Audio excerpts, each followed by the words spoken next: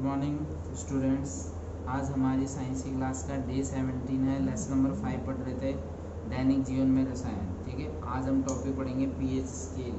ठीक है, अब पीएच स्केल होता क्या है अपन को पता है। जैसे अपन को तापमान को मापने के लिए किसका यूज़ किया जाता है, थर्मामीटर का यूज़ किया जाता है। ठीक है, ठीक उसी प्रकार अगर हमको अम्ल क्षार की सामर्थ्य पता लगानी है, मतलब कितनी है वो चीज़, कोई भी अपने पास जो चीज़ है वो कितनी अम्लीय है कितनी क्षारीय है, अगर वो पता लगाना है तो किसका इस्तेमाल किया जाता है, पीएच स्केल के लिए। तो सिंपल सी अपने पास परिभाषा मान लो, चाहे अपन इसको समझने का तरीका समझ लो कि अम्ल क्षार की, अम्ल एवं क्षार की, अम्ल एवं क्षार की सामर्थ्य को मापने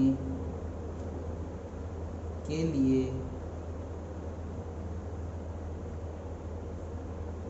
पीएच स्केल का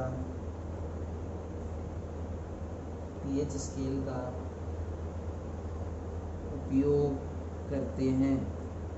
पीएच स्केल का उपयोग करते हैं। ठीक है, अम्ल एवं क्षार की सामर्थ्य को पता लगाने के लिए पीएच स्केल का प्रयोग करते हैं। ठीक है, ये सिंपल सी परिभाषा अपने पास। अब वैसे पीएच स्केल का जो मतलब है वो है क्या, कि किसी विलयन में उपस्थित हाइड्रोजन आयन की सांद्रता को मापता है पीएच स्केल। पीएच स्केल करता क्या है, देखिए कि किसी भी विलयन में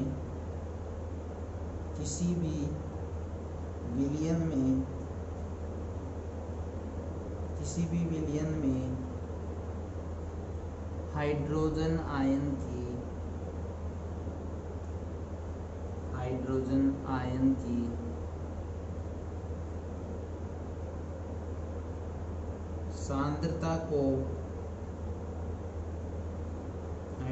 की सांद्रता को, मापता है।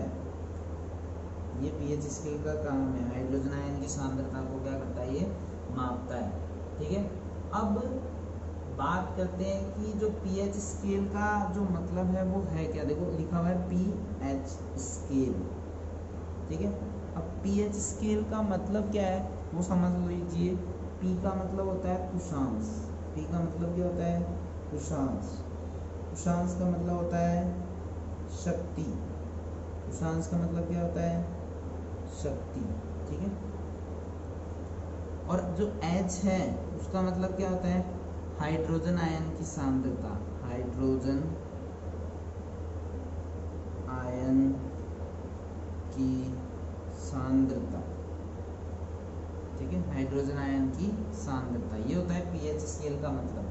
अब पीएच स्केल जो थी वो बनाई किसने थी, आविष्कार जो इसकी बात करें, आविष्कार।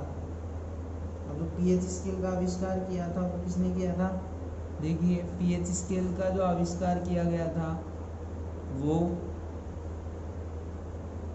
सोरेनसन नामक वैज्ञानिक ने कब किया था, सन 1909 में किया था। कब किया था, सन 1909 में।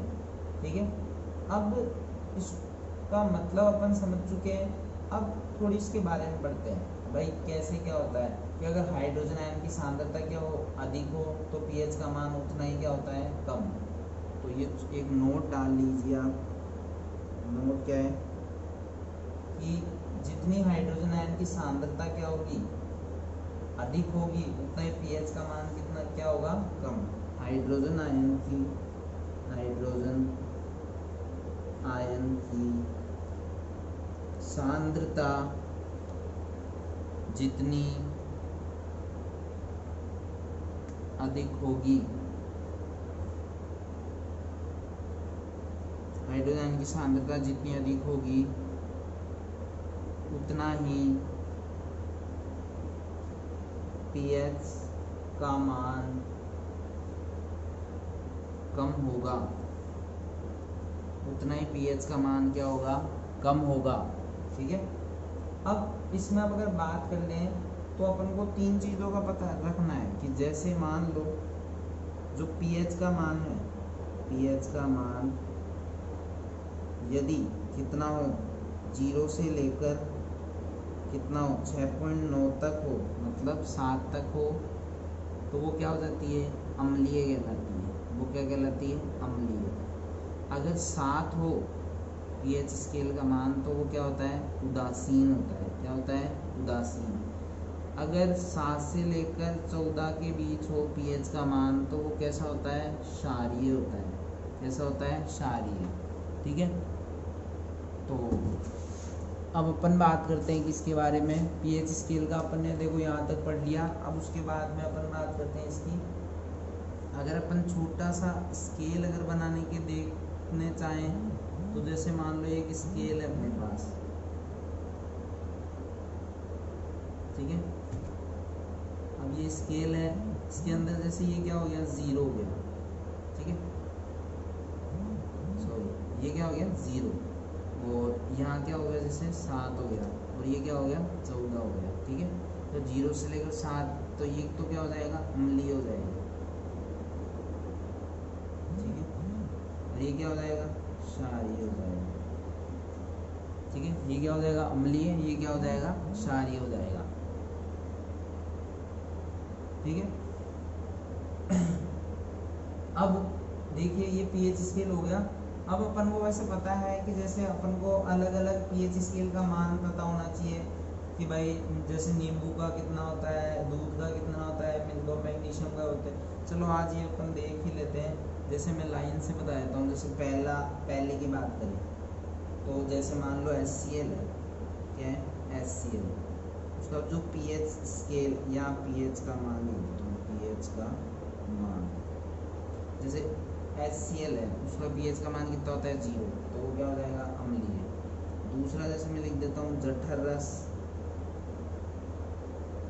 अगर वो जैसे हो जाएगा जठर रस, तो जठर रस कितना है, 1.2। तीसरा अगर नींबू का रस, नींबू का रस, अगर नींबू का रस कितना है, 2.2, ठीक है।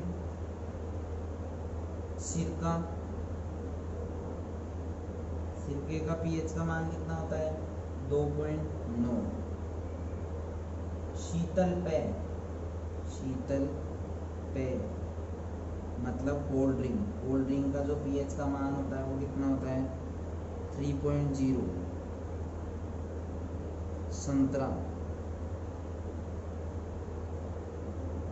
संतरे का पीएच का मान कितना होता है, 3.8।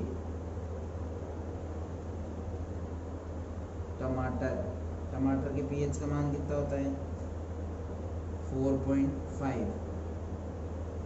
चाय का पीएच का मान कितना होता है, चाय या फिर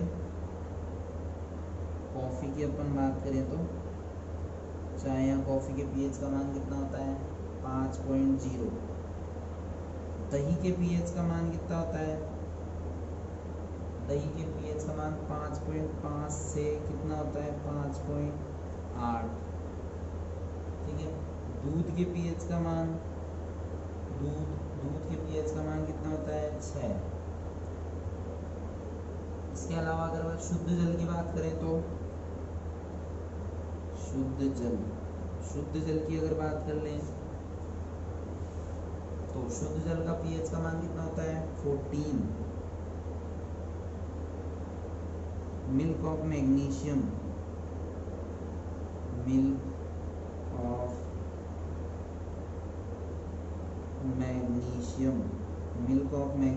के पीएच का मान कितना होता है, 10.5। साबुन का पानी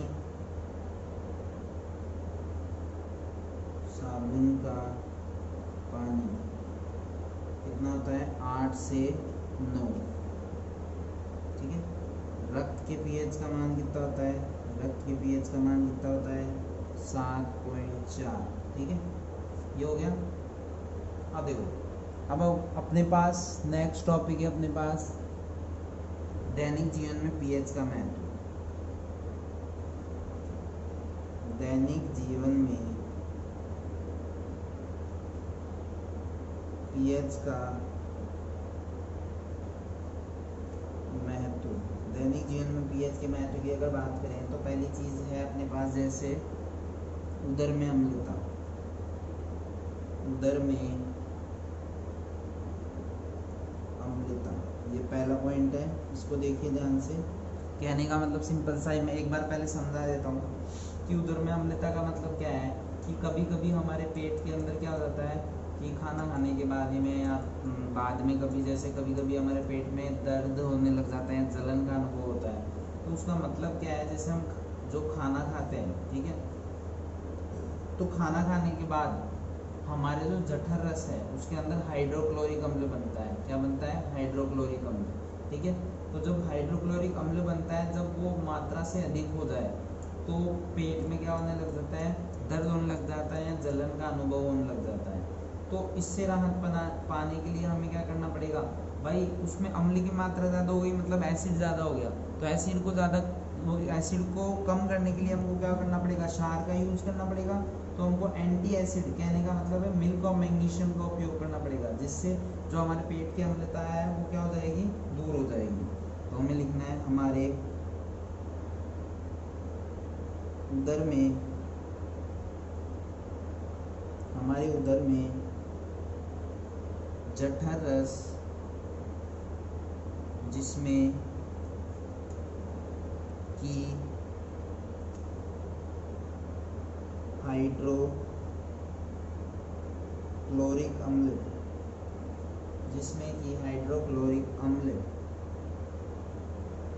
HCl होता है। हाइड्रोक्लोरिक अम्ल HCl होता है, जो अधिक मात्रा में बन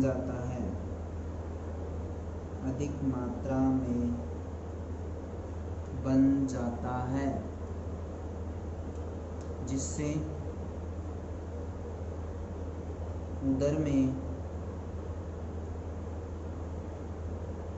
जलन व दर्द का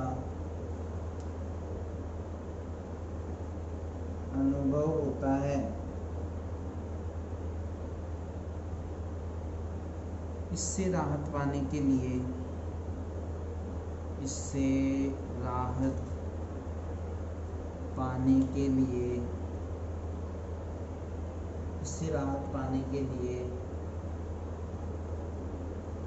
एंटासिड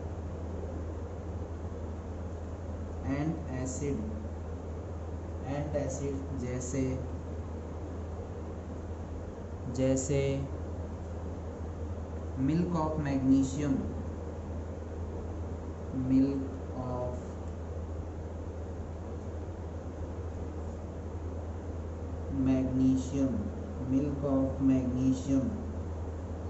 ठीक है। इसका जो सूत्र है वो इम्पोर्टेंट है, इसको अच्छी तरीके से याद कर लेना। क्या होता है, Mg ब्रैकेट में OH2, मिल्क ऑफ मैग्नीशियम का प्रयोग किया जाता है,